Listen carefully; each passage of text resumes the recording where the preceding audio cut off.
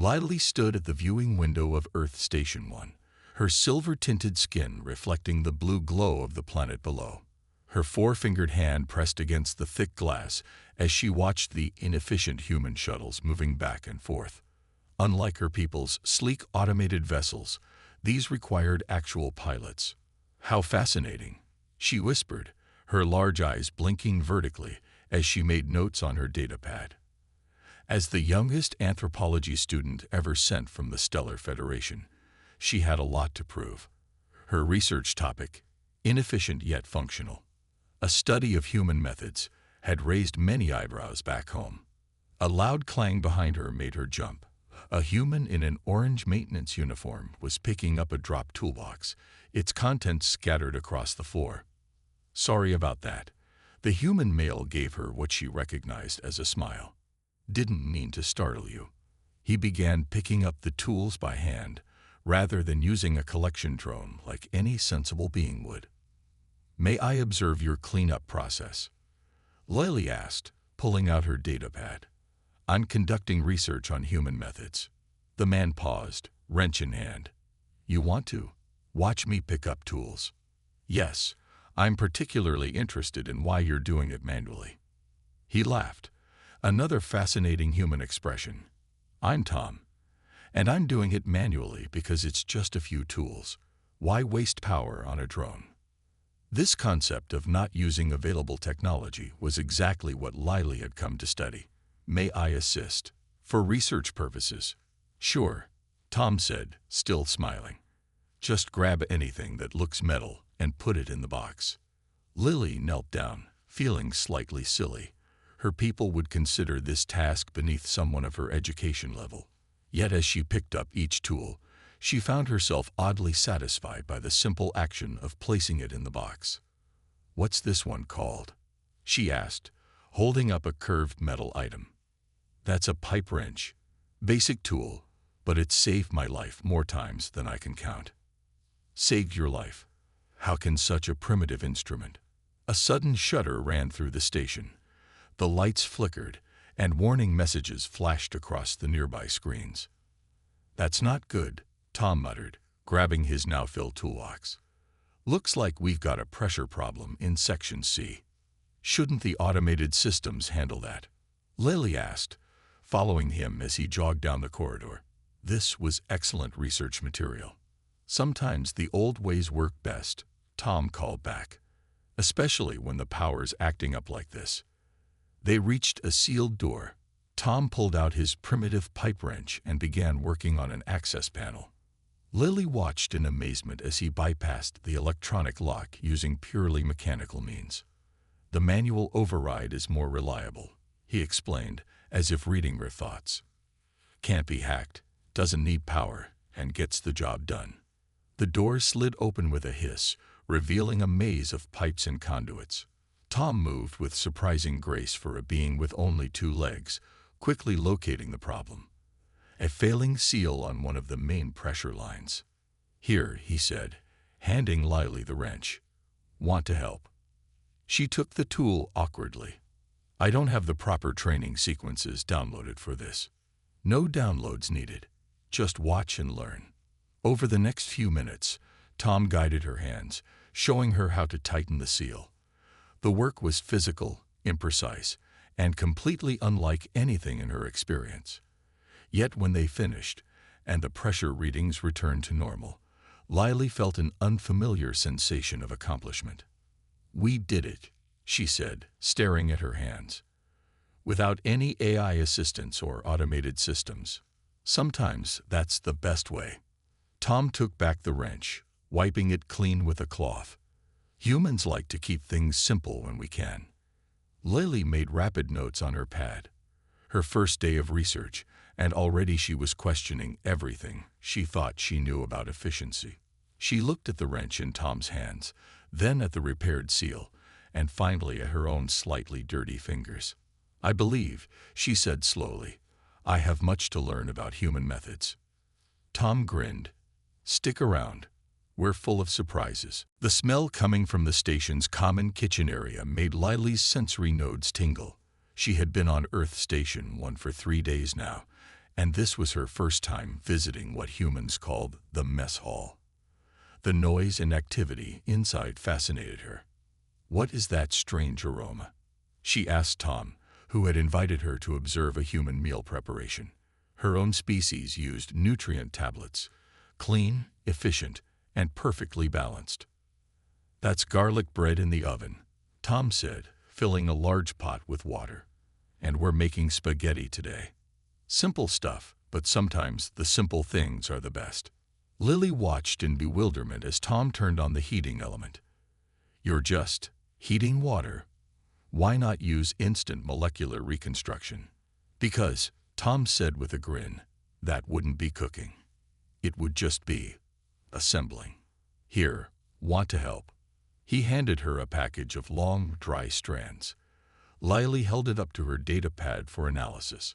"Raw wheat and water composite. This seems highly inefficient." "That's pasta. Watch this." Tom showed her how to break the spaghetti in half and drop it into the boiling water. "Now we wait." "Wait." Lily blinked vertically. "For how long?" "About 10 minutes. Tom started chopping tomatoes and herbs. "Want to learn how to make sauce?" Lily found herself drawn into the process. Tom showed her how to crush garlic. "No, not with your full strength. We want to smash it, not obliterate it. Chop onions. It's normal for your eyes to water. Well, human eyes anyway. And stir the sauce as it simmered." "But why not just program these specifications into a food synthesizer?" she asked, watching the sauce bubble. The smell was making her digestive system respond in unexpected ways. "Because every time you cook, it's slightly different. That's part of the fun. Here, taste this." Tom held out a spoon with a small amount of red sauce. Lily hesitated. Her species could consume human food, but she'd never had anything that wasn't precisely engineered for optimal nutrition. She extended her chemical analysis probe. "No, no," Tom said. "Just taste it. With your mouth." "That seems..." She searched for the word. "Primitive." "Sometimes primitive is good." Tom kept holding the spoon. "Trust me." Lily leaned forward and tried the sauce. Her taste buds, rarely used for anything but basic chemical analysis, exploded with sensation. "Oh," she gasped. That's good." Tom grinned, turning back to the stove to drain the pasta. "Intense," Lily said, making rapid notes.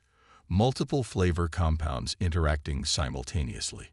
But how do you maintain consistency without molecular measurement?" "We don't," Tom said, mixing the pasta with the sauce. "Every batch is a little different. That's what makes it special." Other humans had gathered in the kitchen, drawn by the smell. They sat at the table, talking and laughing. Tom made plates for everyone, including Lily. She watched in fascination as the humans twirled the pasta on their forks. Another inefficient, but intriguing method. Trying to mimic them, she managed to get more sauce on her research uniform than in her mouth, but nobody seemed to mind. "So," Tom asked, as she finally managed to eat a proper forkful, "what's the verdict?"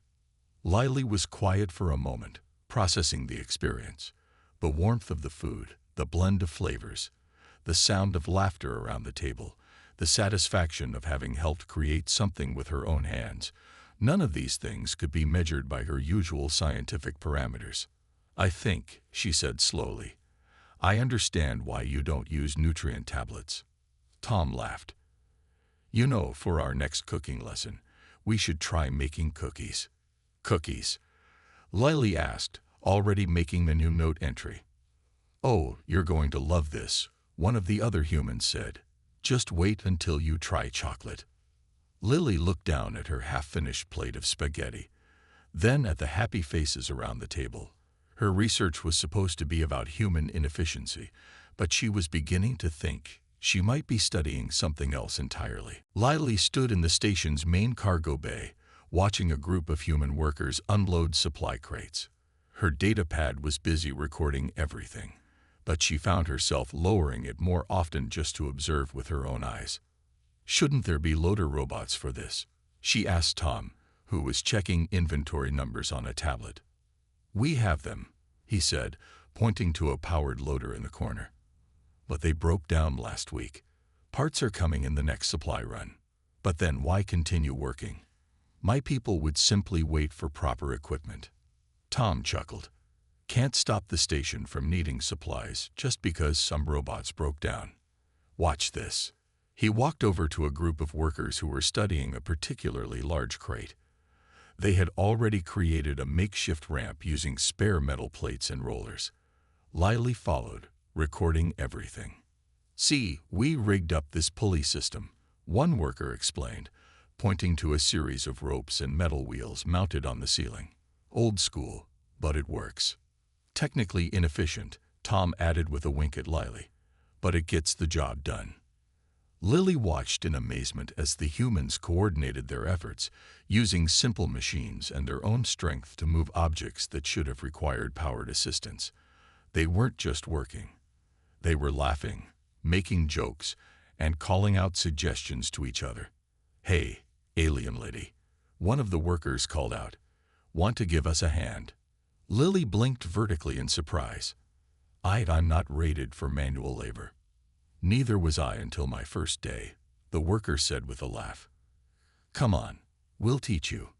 Before she knew it, Lily found herself part of the human chain, passing smaller boxes from person to person. Her species was naturally stronger than humans, but she found herself admiring their endurance and teamwork. "You're doing it wrong," Tom said, gently correcting her grip on a box. "Don't just use your arms. Bend your knees. Use your whole body." "This seems needlessly complicated," Lily said, but tried it his way. To her surprise, the work became easier. As they worked, she noticed something else. The humans were constantly making small adjustments and improvements to their system. Someone found a better way to secure the pulley. Another worker figured out a more efficient way to stack the boxes. They didn't need a central computer to optimize their process. They just did it. During a break, Lily sat with the workers, accepting a bottle of water even though her species didn't need to hydrate as often as humans. Her muscles ached in unfamiliar ways. "I don't understand," she said, making notes. "Your methods are clearly inferior to automated systems, yet you seem to prefer them." "Not inferior," Tom said. "Different. Robots are great until they break down. Humans can adapt." "Plus," another worker added, "you can't share jokes with a robot." "Well, you can, but their sense of humor is terrible." Everyone laughed, and Lily found herself making a peculiar sound that might have been her species' version of a chuckle. "Look there," Tom said, pointing to their morning's work. The cargo bay was nearly cleared, with boxes neatly stacked and organized. Not bad for a bunch of inefficient humans and one alien researcher, huh? Lily looked at her hands, then at the organized cargo bay. Her data pad was full of notes about human inefficiency, but she was beginning to think she needed a new research angle. There was something about the way humans work together, the way they combine simple tools with creative thinking. "I believe," she said carefully, "I may need to revise my initial hypothesis about human methods." "Oh," Tom raised an eyebrow. "Yes, perhaps efficiency isn't everything." The humans exchanged knowing smiles, and someone patted her on the back, a human gesture of approval she was starting to appreciate. "Welcome to the human way of doing things," Tom said. "Now, who's up for lunch? I heard they're making pizza in the mess hall today." Lily's sensory nodes tingled at the thought of trying another human food.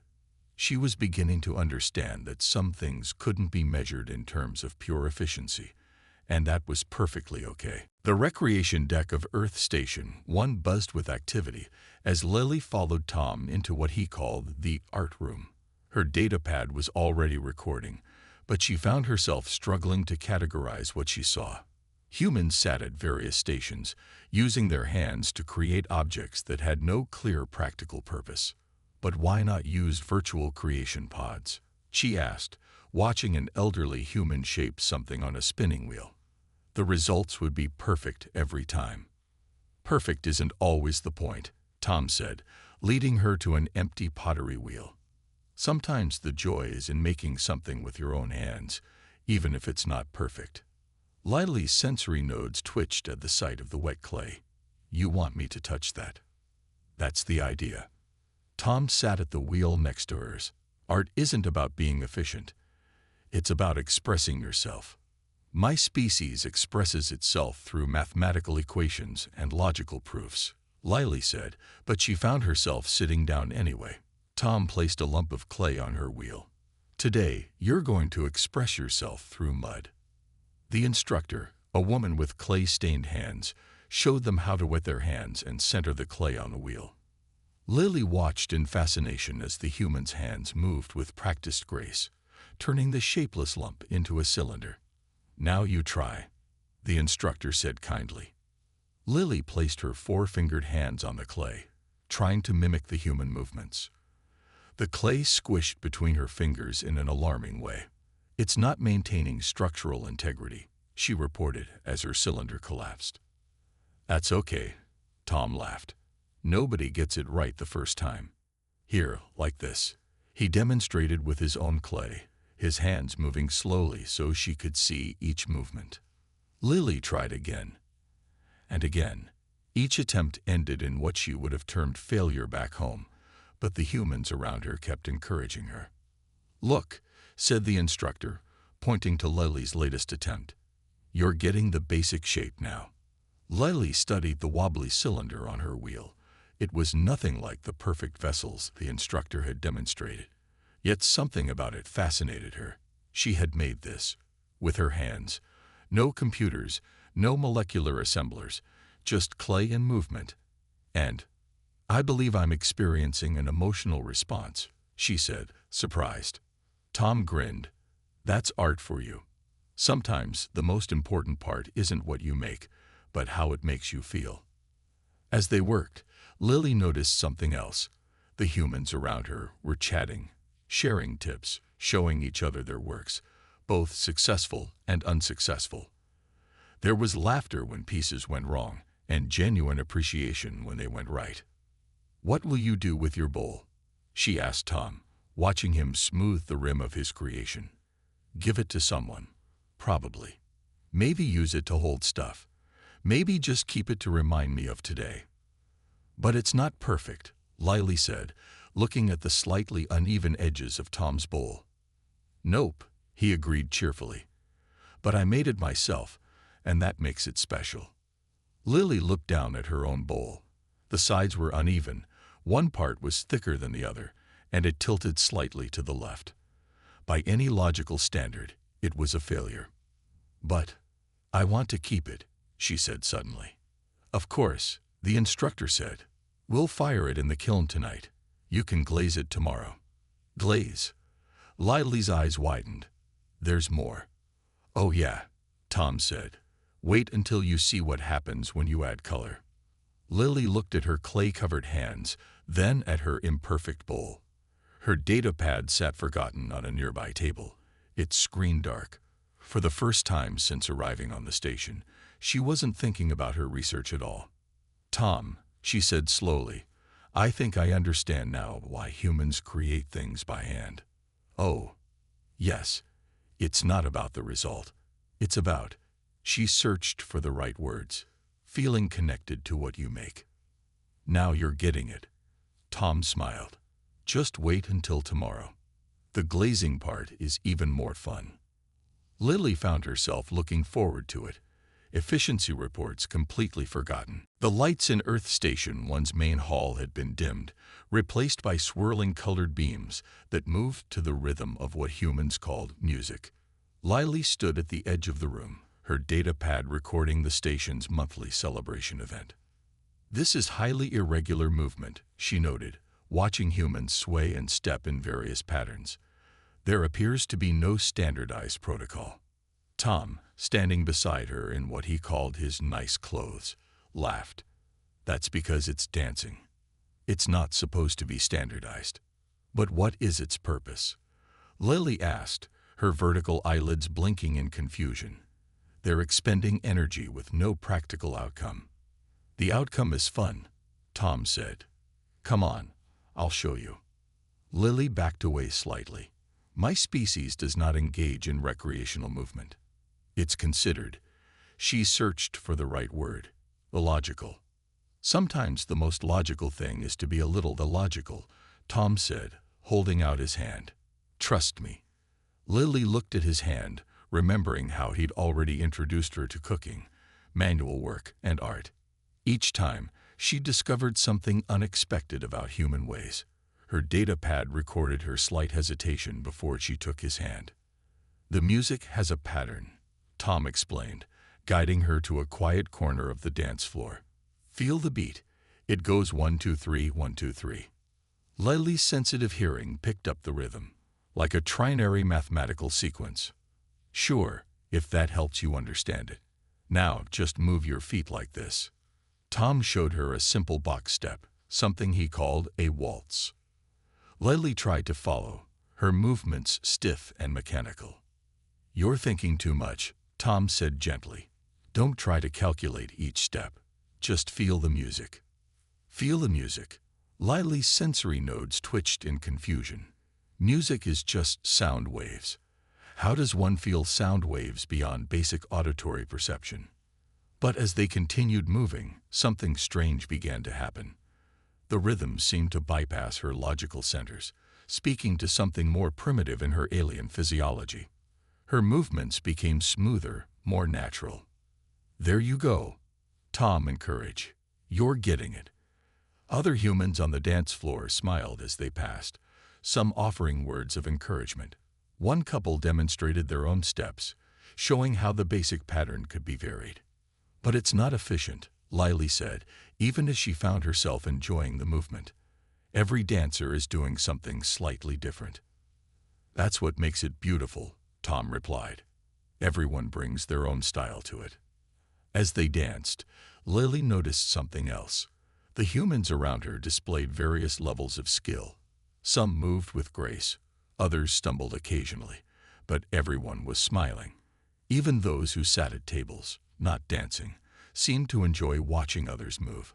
I believe, she said after their third dance, I'm experiencing what humans call enjoyment. Tom grinned. Want to try a faster dance? The music changed to something with a quicker beat. Lily found herself learning new steps, making mistakes, laughing. Yes, actually laughing. When she got them wrong, her data pad, forgotten on a nearby table, continued recording everything. Later, as they took a break near the refreshment table, Lily watched the other dancers with new understanding. You know, she said, when I first arrived, I thought human dancing was just inefficient movement. And now, Tom asked, handing her a cup of water. Now I think. She paused, choosing her words carefully. I think perhaps my species has forgotten something important. The value of moving simply for joy. Want to dance another one? Tom asked as a new song started. Lily set down her cup. Yes, she said, surprising herself with her enthusiasm. But can you teach me that spinning move the others were doing? The twirl? Sure. Tom's eyes lit up. Just remember, don't think about it too much. Sometimes you just have to let yourself move. For the first time since arriving on the station, Lily didn't feel like a researcher studying human behavior. She felt like a participant in it.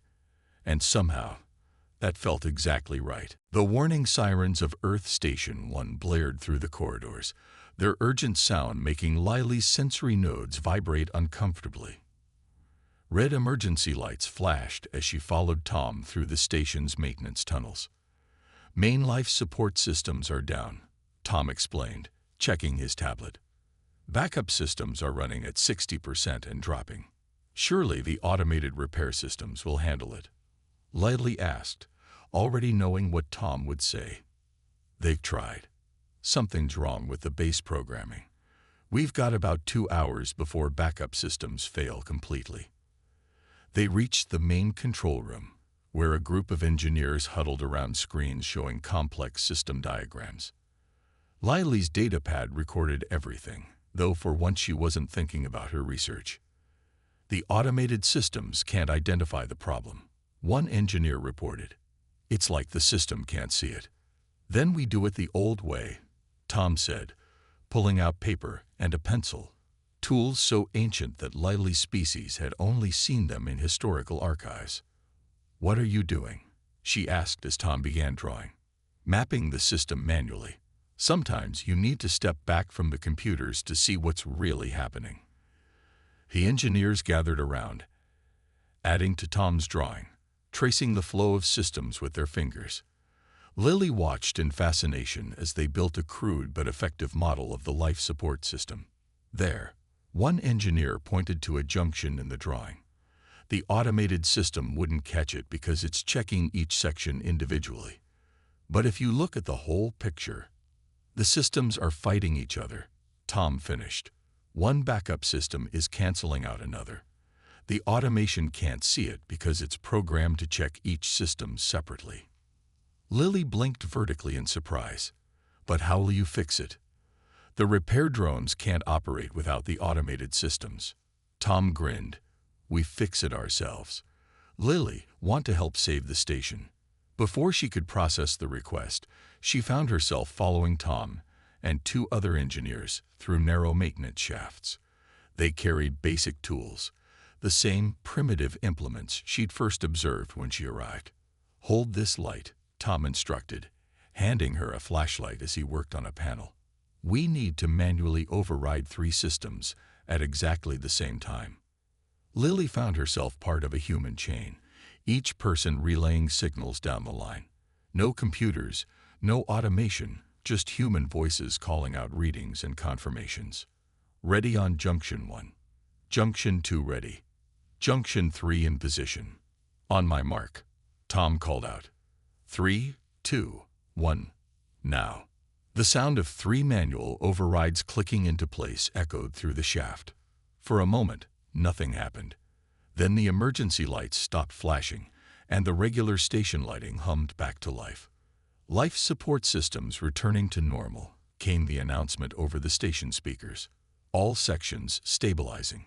The engineers cheered, exchanging high fives, a human gesture of celebration that Lily had learned about.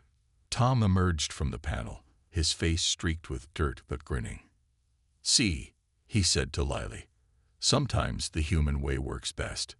I don't understand, Lily said, still holding the flashlight. Your method was imprecise, based partly on intuition, and completely manual, yet it succeeded where advanced automation failed. That's because humans can see the bigger picture, Tom explained, wiping his hands on his uniform. We can make connections that computers sometimes miss. Plus, we're pretty good at improvising. Lily looked at her data pad, then at the humans around her, still congratulating each other on their success. She thought about everything she'd learned. About cooking, working, art, dancing, and now this. I believe, she said slowly, I need to completely revise my research thesis. Oh, Tom raised an eyebrow. How so? I came here to study human inefficiency, but what I'm actually studying is human adaptability. Your species' greatest strength isn't in your tools or your automation. It's in your ability to work without them when needed. Tom smiled. Now that would make an interesting paper. Yes, Lily agreed, looking at the simple tools that had just saved the station. I believe it would. Lily stood in her quarters on Earth Station 1, carefully packing her belongings for the journey home. Her handmade clay bowl sat on the desk, wrapped carefully in soft cloth. Next to it lay a real paper cookbook, another inefficient human creation she now treasured. All packed? Tom asked from the doorway. Almost. Lily picked up her data pad, scrolling through her final research paper. I'm still not sure how my people will receive this. Tom walked over and glanced at the title. Human Inefficiency, a Misunderstood Strength. That's quite different from your original thesis, he noted with a smile. Yes. Lily carefully placed the cookbook in her bag. My people believe that perfect efficiency is the height of civilization. But after 3 months here, I've learned that there's something powerful in being imperfect. She looked around her quarters, remembering all she had learned. The walls held photos from the dance night, her attempts at artwork, and even the maintenance crew picture taken after they'd saved the station. "Did you ever think," Tom asked, helping her pack, "that maybe your people's focus on efficiency made them lose something important?" Lily picked up her clay bowl, running her fingers over its uneven surface. "We lost the joy of creation," she said softly. "The satisfaction of solving problems with our own hands. The pleasure of cooking real food and sharing it with others." Her packing was interrupted by a knock at the door. To her surprise, several station crew members entered, carrying covered dishes. "You didn't think we'd let you leave without a proper goodbye party, did you?" One of the maintenance workers grinned. They set up a small feast on her desk: spaghetti, garlic bread, and even cookies. All made by hand, all slightly imperfect, all delicious. "I made these myself," the station's cook said proudly, unveiling a plate of chocolate chip cookies. "Using your latest recipe attempts." Lily felt her sensory nodes tingle with emotion. Over the past weeks, she'd become quite the baker, combining human recipes with her species' understanding of chemistry. The results weren't always perfect, but they were always interesting. "I have something for you too," Tom said, pulling out a small package. Inside was a simple wrench, the same one she'd used on her first day at the station. "But this is a vital tool," she protested. "We've got spares," Tom winked. "Besides, maybe your people need to learn about manual tools too." As they shared the meal, Lily looked at her gathered friends. 3 months ago, she would have seen their gathering as inefficient. Too much food, too much time spent on preparation, too much unstructured social interaction. Now she understood. These inefficiencies were what made humans strong. Their ability to adapt, to work with their hands, to find joy in imperfection. These weren't weaknesses. They were survival traits disguised as inefficiency. "My final report," she announced, holding up her data pad, "concludes that human inefficiency is actually a form of resilience. Your species maintains basic skills alongside advanced technology. You can cook without synthesizers, work without automation, create without computers, and solve problems without AI, and dance without proper training," someone added, making everyone laugh. As the party continued, Lily sent her final report to her homeworld. She knew it would challenge many of her people's core beliefs, but she also packed her clay bowl, her cookbook, her wrench, and most importantly, her new understanding of the human way of doing things. "You know," she said to Tom as the party wound down, "I believe this research trip has changed more than just my scientific understanding." "Oh, yes, it has changed me," she smiled, a very human expression she'd grown fond of. "And when I get home, I'm going to teach my people how to make spaghetti." "The inefficient way," Tom grinned. "No," Lily corrected him, holding up her imperfect clay bowl. "The human way. Because sometimes, the best way to do things isn't the most efficient way. It's the way that brings the most joy."